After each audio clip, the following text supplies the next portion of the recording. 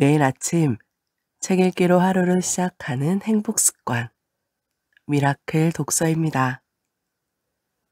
오늘 함께 읽어볼 책은 뉴 미디어 트렌드 2022, 비즈니스와 부의 판도를 뒤바꿀 트렌드, 샌드박스 네트워크 데이터랩, 노선상, 김세미나, 오해신 지음, 샌드박스 스토리에서 펴낸 책입니다. 프롤로그, 뉴 미디어 산업이 맞이할 거대한 변화의 흐름을 읽어내다. 올해 들어 유독 메타버스니 아바타니 하는 말이 여기저기서 회자되고 있습니다. 모든 분야에서 메타버스라는 꼭지점을 향해 달려가는 것 같은 느낌마저 들 정도입니다. 그뿐인가요?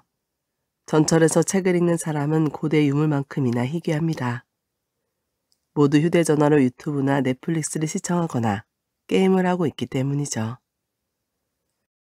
디지털라이제이션이 가져온 변화에 코로나 팬데믹이 겹치며 이러한 변화는 더욱 가속화되고 있습니다.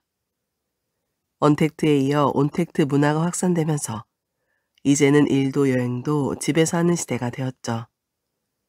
그리고 모바일 안에서는 진기하고 새로운 세상이 펼쳐지고 있습니다. 샌드박스가 트렌드 분석책을 출간해야만 했던 이유. 샌드박스는 올해로 창업한 지 6년째입니다. 그 사이 콘텐츠와 미디어 환경에는 놀라운 변화가 있었습니다. 사업을 시작하던 초기만 해도 유튜브는 아이들 전용 플랫폼이라는 인식이 강했지만 지금은 어떤가요? 유튜브는 전 세대를 막론하고 모두가 사용하는 플랫폼이 되었습니다. 이런 변화 속에서 저희는 두 가지 중요한 점을 깨달았죠. 첫째, 유튜브가 세상을 담는 그릇이 되어가고 있다는 점입니다. 둘째, 유튜브의 트렌드를 빠르게 파악하는 것이 쉽지 않아졌다는 점입니다. 유튜브에는 온갖 다양한 콘텐츠가 담기기 때문에 세상의 변화를 파악하는데 유튜브를 들여다보는 것만큼 좋은 방법이 없습니다. 하지만 피상적으로 드러나는 현상만으로는 본질적인 변화, 그 변화를 추동하는 근원적인 이유를 파악하기 어렵습니다. 좀 더 체계적인 정리가 필요하다는 생각에 샌드박스에서는 트렌드를 파악하기 위해 다양한 기술과 데이터 분석 툴을 활용해 트렌드 리포터를 작성해왔고 그것을 내부에 공유해왔습니다. 그런데 언제부턴가 유튜브, 틱톡 등 뉴 미디어 트렌드에 대해 자세히 알고 싶다는 외부 요청이 점점 늘어가더군요. 이런 이유로 샌드박스에 축적된 노하우를 보다 의미 있게 활용하고 싶다는 생각을 했습니다. 더 많은 이들과 공유한다면 산업 발전에도 기여할 수 있겠다 싶었죠. 물론 고민이 없지는 않았습니다. 처음에는 샌드박스가 유튜브 관련 책이 아닌 트렌드 관련 책을 출간한다는 것이 맞는지 확신이 없었습니다.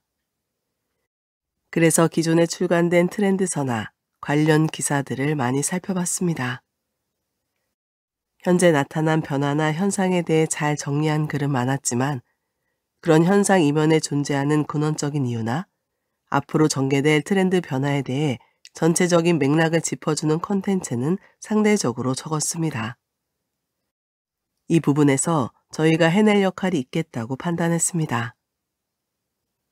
샌드박스 데이터랩에서는 유튜브의 방대한 데이터를 토대로 대중의 니즈를 파악하고 그들의 관심사가 어떻게, 왜 이동하는지를 연구하고 분석하는 일을 합니다.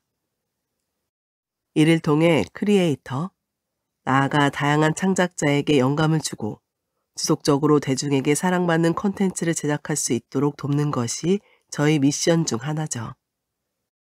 제대로 된 인사이트를 얻기 위해 숫자나 통계적인 접근은 물론 크리에이터의 특징과 콘텐츠의 내용, 시청자의 댓글 및 시청 반응 지표까지 종합적으로 분석하고 있습니다. 그 과정에서 대중에 대한 이해와 콘텐츠에 대한 전문성이 상당히 쌓였던 터라 이를 바탕으로 거시적인 트렌드에 대한 샌드박스만의 생각을 공유하며 함께 이야기 나누고 싶었습니다.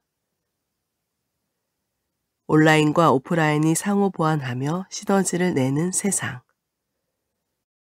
코로나 팬데믹을 거치며 사회 전반에서 급속한 패러다임 전환이 이루어졌습니다.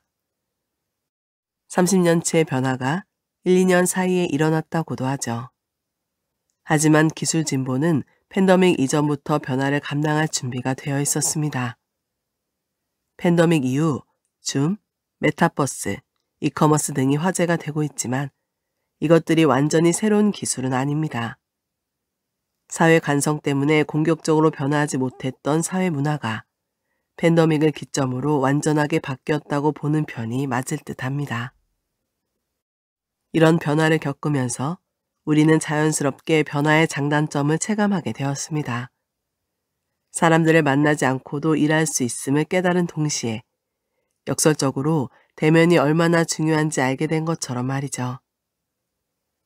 팬데믹 이후에는 또 다른 방식으로 삶의 균형을 찾아 나가겠죠. 컨텐츠 미디어 업계의 변화 양상도 이와 비슷합니다. 오프라인에서 온라인으로, 레거시 미디어에서 모바일 플랫폼 중심으로 바뀌면서 콘텐츠 제작 환경에도 많은 변화가 일어났습니다. 관성 때문에 주춤하던 변화들이 코로나 팬데믹을 거치며 가속도가 붙은 것이죠. 특히 두 가지 차원에서 큰 변화를 맞았다고 생각합니다. 첫째, 가장 큰 변화는 취향 기반의 니치한 콘텐츠 제작과 소비로 트렌드의 중심이 이동했다는 점입니다. 기존에는 블록버스터가 콘텐츠 산업을 주도했다면 최근에는 다양한 취향을 고려한 아주 세분화되고 가벼운 콘텐츠가 주도하고 있습니다. 둘째, 디지털 중심의 플랫폼 수용도가 급증했습니다. 코로나 이후 집에서 소비하는 콘텐츠 수요가 급증하면서 모바일 중심의 OTT와 유튜브가 큰 성장을 이루었죠. 많은 전문가가 이제는 코로나 이전으로 돌아갈 수 없다고 말합니다. 저희 생각도 같습니다. 물론 이전 세상에 대한 갈망이나 그리움은 존재할 겁니다. 그런 까닭에 오프라인이나 블랙버스터 중심의 경험이 일부 다시 활성화될 테고 지금의 콘텐츠 소비 양상과 병행하며 성장하리라 봅니다. 이는 샌드박스의 경험으로도 확인이 가능합니다. 샌드박스는 7월 IP와 오프라인 경험을 연계시킨 팝업 스토어 샌박 편의점을 더 현대 서울에 오픈했고 소비자들에게 좋은 반응을 얻었습니다. 앞으로는 디지털 중심의 IP들이 더 많이 생겨날 테고 오프라인 경험과 연계되어 새로운 콘텐츠 경험을 제공하며 시너지를 낼 것입니다. 미디어 생태계에서 데이터 가치가 중요한 이유. 이처럼 새롭게 밀려드는 변화의 파도는 모든 영역, 모든 이에게 영향을 미치고 있습니다. 이 파도를 잘 타고 넘어 리드할 것이냐, 머뭇거리다 파도에 삼켜질 것이냐는 얼마나 발빠르게 체질을 개선하고 대응하느냐에 달려있죠. 그 중에서도 콘텐츠 제작, 유통, 마케팅 담당자들은 이런 변화에 가장 큰 영향을 받습니다. 대응 방향은 둘 중 하나입니다. 유튜브에서 자신의 IP, 브랜드, 콘텐츠를 대중적으로 전파할 수 있는 역량을 기르거나 더 깊이 있게 타깃 소비자에게 다가가 수익 모델로 전환하는 방법을 고민하고 시도하는 것이죠. 유튜브 내에서 대중적인 IP나 콘텐츠가 많이 등장하고 있는데 대체로 기존과는 전혀 다른 방식으로 유통되면서 흥행하고 있습니다. 기존에는 프라임 타임, 유명 출연진, 적절한 볼거리라는 몇 가지 흥행 보증 공식이 있었지만 지금은 이런 공식들이 제대로 작동하지 않습니다. 유튜브 내에서 이미 새로운 기법과 흥행 공식이 생겨나고 있기 때문입니다. 이러한 변화의 주기는 더욱 짧아질 테니 이를 가장 빨리 통찰력 있게 포착하는 사람이 시장의 승리자가 되겠죠. 반대로 대중적으로 접근할 만한 자본과 역량이 부족하거나 그럴 필요가 없는 경우도 있을 겁니다.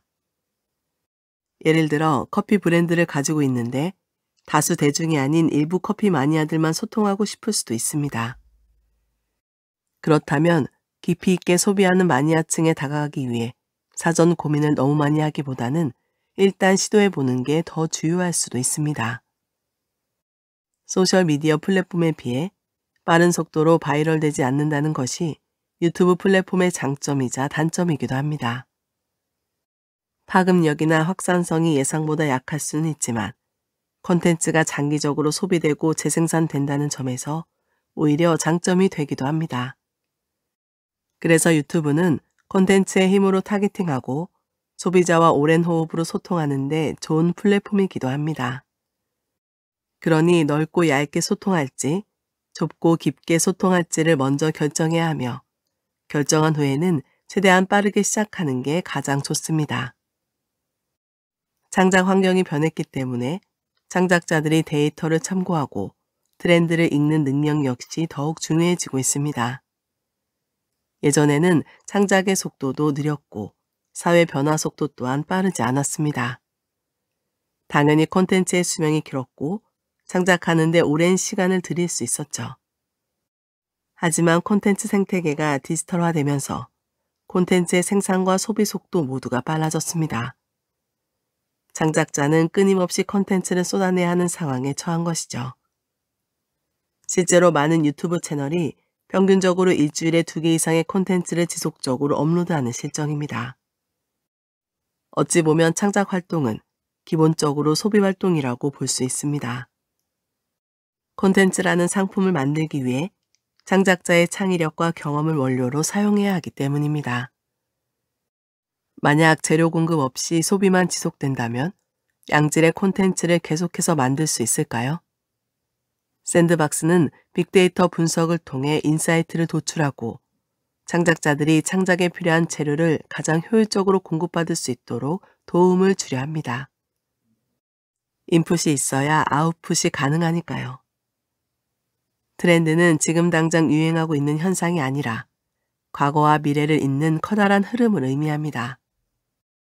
양질의 창작물이 지속적으로 만들어지는 데 기여하는 것은 물론 창작물의 실패 확률을 혁신적으로 줄여주는 역할을 합니다. 때문에 시대를 선도하는 콘텐츠로 자리매김하기 위해서는 트렌드를 제대로 포착해 선점하는 것이 무엇보다 우선되어야 합니다. 미디어 생태계에서 데이터의 가치가 더욱 중요해질 수밖에 없는 이유이기도 하죠. 데이터라는 과학적 지표에 사회-문화적 통찰을 더하다. 책을 기획하면서 가장 심혈을 기울였던 점은 우리가 하고 싶은 이야기가 아니라 독자가 듣고 싶어하는 이야기를 쓰자는 것이었습니다. 이를 위해 샌드박스에서 분석하고 있는 2021년 트렌드 키워드를 최대한 많이 모아놓고 사람들이 가장 궁금해하는 키워드가 무엇일까 고민했습니다. 많은 사람의 의견을 구하고 출판 전문팀인 샌드박스 스토리의 조언을 받아 최종적으로 10개의 키워드를 선정했죠. 데이터를 통한 사실관계를 정확히 분석하다. 집필 과정에서 가장 중요하게 생각한 것은 사실관계를 명확하게 확인하는 것, 그리고 본질에 가까운 이야기를 하는 것이었습니다. 트렌드를 수박 겉핥기식으로 단순 나열하고 싶진 않았기에 자료와 데이터를 모아 통계를 내는 일부터 시작했습니다. 가시적인 지표를 중심에 두고 샌드박스만의 통찰과 분석을 담으려 했죠. 기획부터 집필까지의 과정 하나하나가 새로운 도전이었다고 해도 틀린 말이 아닙니다. 이런 과정만큼이나 글로 옮기는 작업에도 많은 시간을 들였습니다. 본연의 업무와 집필을 병행하며 담당 직원들이 거의 5개월간 주말 없이 작가 모드로 살았습니다. 글을 쓰며 새롭게 정리되는 것도 있었고 창작이 얼마나 힘든 것인지 새삼 깨달으면서 창작자를 더 이해할 수 있는 계기가 되기도 했죠.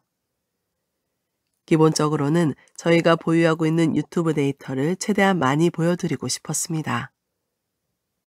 파트 1에서는 한국 유튜브 현황을 한눈에 볼 수 있도록 국내 1만여 개 유튜브 채널의 데이터를 정리하여 구성하였습니다.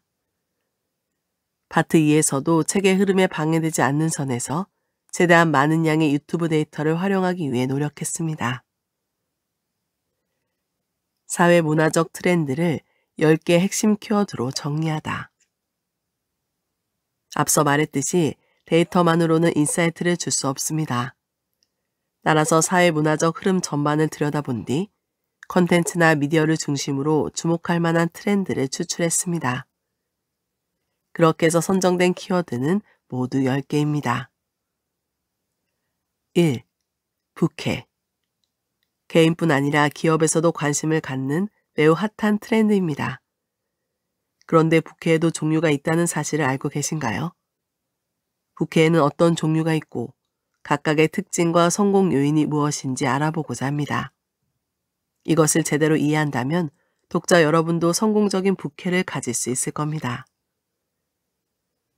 2. 팬덤. 팬덤은 아이돌만 가지고 있는 거 아닌가? 라고 생각한다면 팬덤에 대한 개념을 다시 잡아야 할 때입니다. 연예인이나 셀럽뿐 아니라 평범한 개인도 심지어 기업이나 상품도 팬덤을 갖는 세상이 되었습니다. 팬덤으로 이어지지 않는 브랜딩은 실질적인 성과를 내지 못하고 있습니다. 1세대부터 4세대까지 팬덤은 어떻게 변화했고 또 어떤 모습으로 진화해 나갈지 정리해 보았습니다. 3. 숏폼 콘텐츠. 지난 몇 년간 유튜브가 폭풍 성장했다면 앞으로는 숏폼 콘텐츠의 성장이 기대됩니다. 숏폼 콘텐츠에 MZ세대가 열광하는 이유와 숏폼이 해결할 과제는 무엇인지, 숏폼은 어떻게 발전해 나갈 것인지 정리해 보았습니다. 4. 호모 집쿠스. 코로나19가 2년 가까이 지속되면서 가져온 삶의 변화를 이야기하자면 책 한 권도 모자랄 겁니다. 하지만 그중 가장 큰 변화인 일과 직장, 그 외 문화적인 변화에 초점을 맞춰 이야기를 풀어냈습니다. 집에서 일하고 여행하고 노는 등 대부분의 활동이 가능해진 세상의 변화를 만나봅니다. 5. 밈테크. 팬데믹 이후에 전 세계적으로 재테크 붐이 불면서 이제는 주위에서 재테크를 하지 않는 사람을 찾는 것이 더 어려워졌습니다. 저희는 그 중에서도 재테크를 자산 증식의 수단을 넘어 하나의 문화와 놀이로 즐기고 있는 2030 세대의 새로운 재테크 문화를 집중적으로 살펴보았습니다. 6. 메타버스. 2021년 한국을 강타한 가장 큰 트렌드로는 단연 메타버스를 꼽을 수 있습니다. 메타버스에 대해서는 다양한 관점과 해석이 존재합니다. 샌드박스는 콘텐츠적인 측면, 그리고 기술보다는 사용자 경험적인 측면에서 메타버스를 분석했습니다. 나아가 메타버스가 성공하기 위해 무엇이 필요한지도 정리해 보았습니다. 7. 오리지널 컨텐츠. 미디어 기업에서 커머스 기업에 이르기까지 그야말로 독점적인 오리지널 컨텐츠를 확보하기 위한 전쟁이 전 세계적으로 펼쳐지고 있습니다. 컨텐츠를 수급하는 영역에서는 왜 그토록 콘텐츠 확보에 애쓰는지, 반대로 콘텐츠 제작 영역에서는 어떤 변화가 일어나고 있는지 양쪽의 상황을 함께 조명해 봤습니다. 8. e스포츠. e스포츠를 아직도 게임이나 좋아하는 학생들의 전유물로 알고 계신가요? 이러한 편견에서 빨리 벗어나야 합니다. e스포츠는 게임을 넘어 정통 스포츠를 위협하고 있으며 여성과 성인으로 충성 시청자들을 넓히며 미래의 킬러 콘텐츠로 자리 잡아가고 있습니다. e스포츠에 대해 잘 몰랐거나 관심이 없었다면 전혀 새로운 시각을 얻을 수 있을 겁니다. 9. 브랜디드 콘텐츠. 성장 초기의 진통을 겪고 나서 브랜디드 콘텐츠는 더욱 참신하고 당당해졌습니다. 광고주들의 태도 역시 이전과는 달라졌죠. 구독자가 많은 크리에이터가 아니라 자신의 브랜드와 철학 및 이미지가 맞는 크리에이터를 찾기 위해 노력하고 있습니다. 국내에서 가장 많은 브랜디드 콘텐츠를 만들고 있는 샌드박스가 전하는 브랜디드 콘텐츠의 현재, 그리고 미래 트렌드를 확인해 보시기 바랍니다. 10. 알고리즘. 우리는 하루 종일 알고리즘 속에 살고 있다고 해도 틀린 말이 아닙니다. 그 중에서도 가장 강력한 추천 알고리즘을 갖고 있는 것은 유튜브 플랫폼이죠. 유튜브 플랫폼이 각기 다른 시청자에게 어떻게 콘텐츠를 추천하는지 알기 위해 샌드박스가 실험을 통해 살펴봤습니다. 유튜브 추천 알고리즘이 어떤 방식으로 작동하는지 함께 살펴보시죠. 샌드박스에서 출간하는 첫 번째 트렌드서라 의욕과 열정이 앞섰지만 책을 집필하는 과정이 쉽지는 않았습니다. 그럼에도 이 책을 간절히 필요로 하는 독자들이 어딘가에 있을 거라는 생각에 힘을 낼 수 있었습니다. 먼저 콘텐츠나 미디어 관련 일을 하는 분들께 이 책을 권합니다. 뉴미디어 플랫폼에서 어떤 일이 벌어지고 있는지 알고 싶거나 플랫폼을 활용해 자신이 하는 일에 접목하고자 하는 분들이라면 여러모로 큰 도움이 될 겁니다. 특히 크리에이터를 준비하거나 현재 활동 중인 분들이라면 반짝이는 영감을 얻을지도 모르죠. 하늘 아래 새로운 것 없는 세상에서 기존의 콘텐츠를 재해석하고 재창조해야만 하는 숙명을 지닌 콘텐츠 제작자들에게도 다양한 아이디어를 줄 것입니다. 소비자에 대한 이해가 특히 중요한 마케터들에게는 이 책이 좋은 레퍼런스를 갖는 기회가 되리라 생각합니다. 나아가 급속한 세상의 변화를 빠르게 이해하고 싶은 이들이라면 모두 이 책의 독자입니다. 방대한 세상의 변화 중에서 가장 핵심적인 트렌드를 한 권의 책으로 만나보기 바랍니다. 이 책을 통해 단 한 줄의 메시지, 단 하나의 영감이라도 얻는다면 더 바랄 게 없습니다. 2021년 10월 샌드박스 네트워크 이필성 노성산 10장 알고리즘이 지배하는 세상에서 살아남는 법. 추천 알고리즘은 양날의 검이다. 유튜브에는 매분 500시간 이상의 새로운 동영상이 업로드된다. 추천 알고리즘은 이 엄청난 양의 동영상을 사용자의 취향에 맞게 선별해준다. 유튜브에 들어가서 처음 보는 영상을 재생할 때 다음 동영상으로 표시되는 목록도 모두 알고리즘으로 추천된 콘텐츠다. 유튜브는 추천 알고리즘으로 플랫폼을 정복한 셈이다.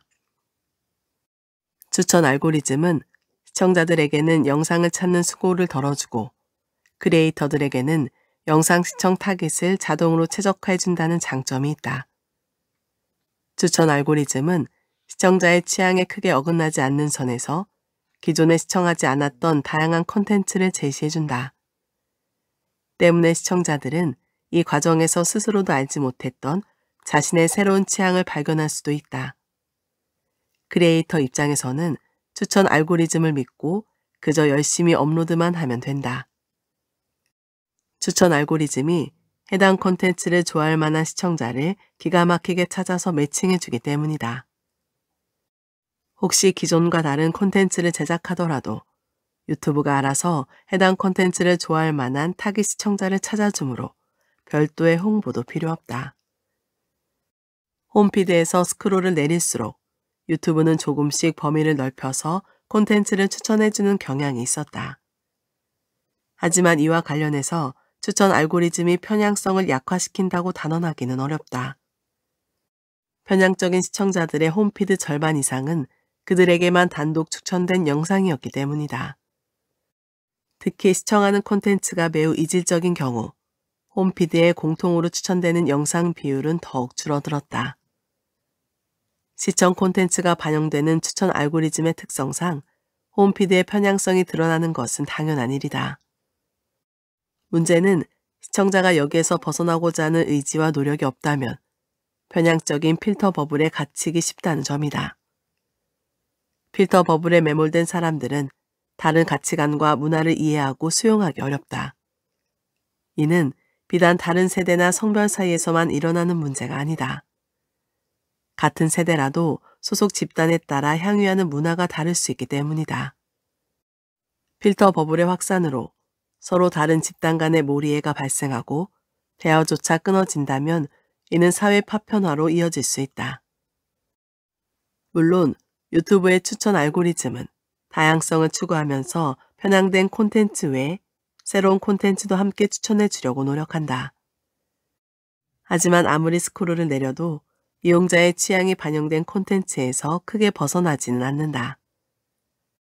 따라서 극단적인 정치 편향성을 가진 시청자가 홈피드에 노출된 영상만 시청한다면 상대 진영의 다양한 의견을 듣고 균형 잡힌 시각을 가질 기회 자체가 없어진다. 실제 실험에서도 보수 씨에게 진보 콘텐츠를 추천하거나 진보 씨에게 보수 콘텐츠를 추천하는 일은 없었다. 추천 알고리즘으로 인한 콘텐츠 성향의 변화. 유튜브 홈피드에서 인기 급상승 동영상으로 대표되는 메가 트렌드는 추천 알고리즘을 타고 다수의 시청자에게 노출된다. 영상 트래픽에서 가장 큰 비중을 차지하는 것이 바로 홈피드를 통한 시청이므로 콘텐츠가 주목받아 메가 트렌드에 오르기만 한다면 큰 영향력을 확보할 수 있게 된다. 크리에이터 입장에서는 자신의 콘텐츠가 다수의 시청자에게 노출되는 엄청난 기회를 얻게 되는 셈이다. 일단 대중의 관심사에 부합하면 메가 트렌드로 선정되기 쉽다. 그러다 보니 어떤 사회적 이슈가 발생했을 때 화제성에 편승하기 위해 사건에 대한 호기심을 자극하는 일명 레카 콘텐츠가 우후죽순으로 생겨나고 있다. 더불어 대중은 짧은 길이에 쉽고 재미있는 킬링타임용 콘텐츠를 즐겨 시청한다. 긴 호흡으로 심도 있게 정보를 다루는 콘텐츠보다는 재치 있는 입담으로 정보를 3분 내외로 쉽게 요약해주는 스낵 콘텐츠를 선호한다. 깊이와 무게감 있는 콘텐츠를 제작하고자 하는 크리에이터에게는 고민이 될 만한 부분이다. 알고리즘의 악용과 필터 버블에서 벗어나는 법. 현대인의 일상 속 곳곳에는 알고리즘이 숨어 있다. 나의 취향과 관심사를 나보다 더 잘하는 알고리즘 덕에 편리한 점도 있지만 기업들의 알고리즘 악용은 공정성 논란을 피해갈 수 없는 문제이기도 하다. 최근 쿠팡은 협력사들이 경쟁 온라인 쇼핑몰에 쿠팡보다 저렴하게 납품하지 못하도록 알고리즘을 조작한 혐의로 공정거래위원회로부터 32억 9,700만 원에 달하는 과징금을 부과받았다. 알고리즘을 갑질을 위한 도구로 악용하여 요구에 응하지 않는 업체의 제품은 쿠팡에서 검색되지 않거나 심지어 경쟁사 제품이 검색되게 했다는 것이다. 공정위는 2020년 네이버 측에도 알고리즘 조작과 관련해서 265억 원의 과징금을 부과했고 현재 행정소송 중이다. 앞서 이야기한 필터 버블 및 알고리즘의 악용 문제처럼 알고리즘에 대한 우려의 목소리도 지속적으로 나오고 있지만 이미 우리의 삶은 플랫폼 기업과 그들의 알고리즘에서 벗어나기 어렵다. 그렇다면 알고리즘을 좀 더 균형 있고 적절하게 활용할 수 있는 방법은 없을까? 먼저 미디어 리터러시 교육이 필요하다. 이를 통해 특정 주제에 대해 다양한 견해를 접해야 하는 이유를 깨닫게 해서 극단적인 콘텐츠를 식별해내고 균형 잡힌 사고를 기를 수 있도록 해야 한다. 특히 온라인 동영상 플랫폼에 대한 의존도가 높은 학생들을 위한 교육이 시급하다. 학교에서는 정보의 객관성 여부를 학생들 스스로 판단할 수 있도록 검색을 제대로 활용할 수 있는 능력을 키워주고 토론을 통해 의견의 쏠림 현상을 경계하도록 일깨워줄 필요가 있다. 일례로 핀란드는 미디어 리터러시와 뉴스 리터러시를 통합한 멀티 리터러시로 교육의 범위를 확대해가는 추세다. 신문 중심의 미디어 리터러시 교육에서 신문과 방송을 포괄하는 교육으로 다문화에 대한 이해와 비판적 사고를 강화하는 데 초점을 맞춘 것이다.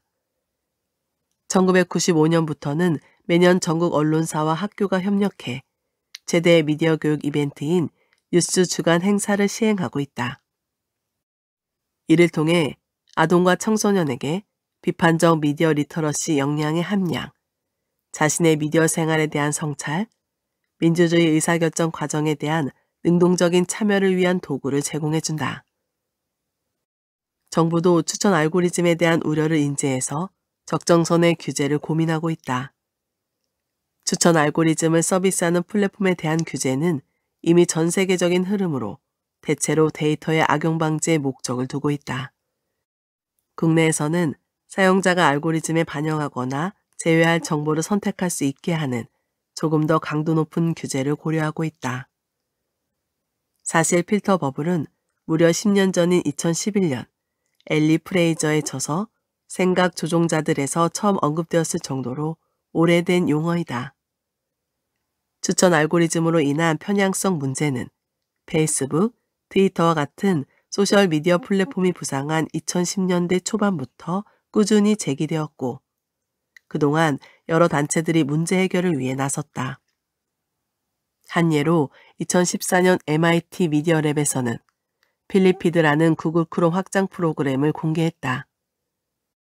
필리피드는 개인의 트위터 피드에 그와 반대 성향을 가진 사람의 피드를 노출시키는 프로그램이다. 정치적으로 진보 성향을 가진 사람에게는 보수 성향의 피드를, 보수 성향의 사람에게는 진보 성향의 피드를 보여주는 식이다. 이처럼 편향성 문제를 해결하기 위한 다양한 시도가 있었지만 안타깝게도 뚜렷한 성공 사례는 아직 없다. 플랫폼 외부의 단체는 플랫폼 데이터의 일부만 사용할 수 있으므로 문제 해결에 필연적인 한계가 있다. 편향성 문제의 효과적인 개선을 위한 키를 쥔 곳은 콘텐츠와 이용자 모두의 완전한 데이터를 갖고 있는 플랫폼 자신이다. 물론 플랫폼 자체에서도 시청자들이 보다 다양하고 질 높은 콘텐츠를 접할 수 있도록 꾸준히 추천 알고리즘을 개선해 나가고 있다. 일례로 유튜브는 시청자들의 평가를 참고하고 신뢰할 수 있는 기관에서 만든 양질의 콘텐츠를 끌어올리며 해를 끼치는 나쁜 영상들을 차단하는 등 지속적인 노력을 기울이고 있다.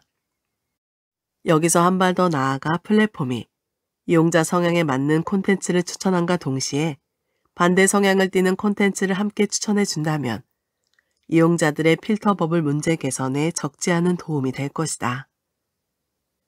추천 알고리즘은 양날의 검이다. 편향성의 늪에 빠지지 않고 건강하게 추천 콘텐츠를 즐기고 싶다면 이용자 개인의 노력 역시 필요하다. 우선 주기적으로 사용 및 시청 기록을 삭제하면 편향성이 강한 콘텐츠의 사용 기록이 삭제되어 필터 버블을 어느 정도 완화할 수 있다. 무엇보다 중요한 것은 균형 잡힌 미디어 성향을 갖고자 사용자 스스로 노력하는 것이다. 주요 플랫폼의 추천 알고리즘은 매우 정교하기 때문에 사용자의 행태에 따라 민감하게 추천 콘텐츠가 조정된다. 사용자가 마음먹기에 따라 극단적인 편향성을 갖는 것도 메가 트렌드만 쫓는 것도 모두 가능하다.